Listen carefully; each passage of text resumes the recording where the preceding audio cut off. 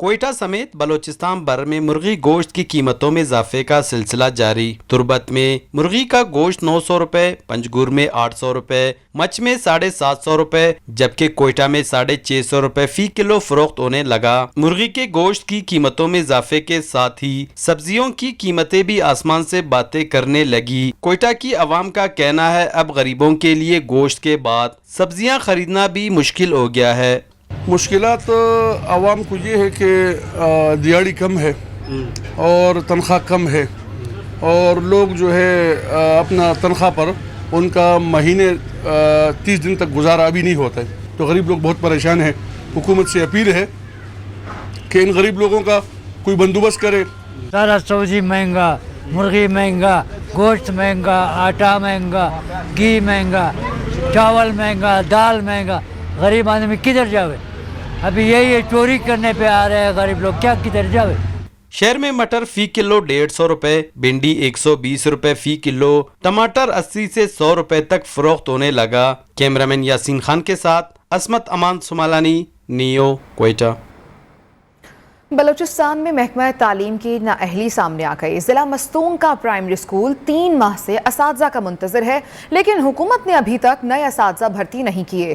کوئٹہ سے عصمت امان سمالانی کی یہ رپورٹ دیکھیے۔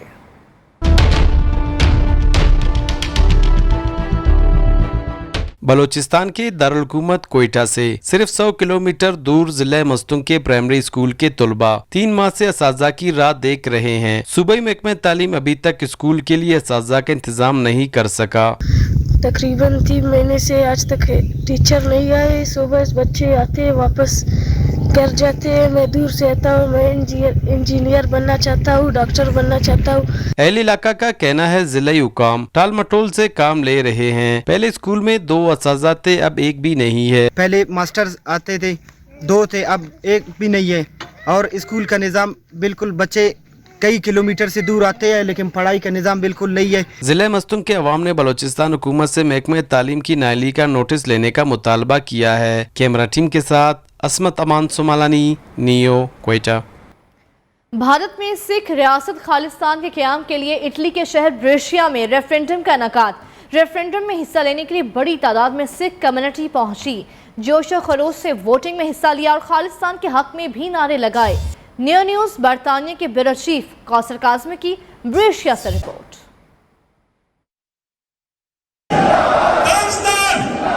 خالصتان بن کر رہے گا۔ آزاد اور خود مختار ریاست کے لیے برطانیہ اور جنیوا کے بعد اٹلی کے شہر بریشیا میں خالصتان ریفرینڈم کا انعقاد۔ بڑی تعداد میں سکھ کمیونٹی کی شرکت، ووٹنگ کے لیے لمبی قطاریں لگی رہیں۔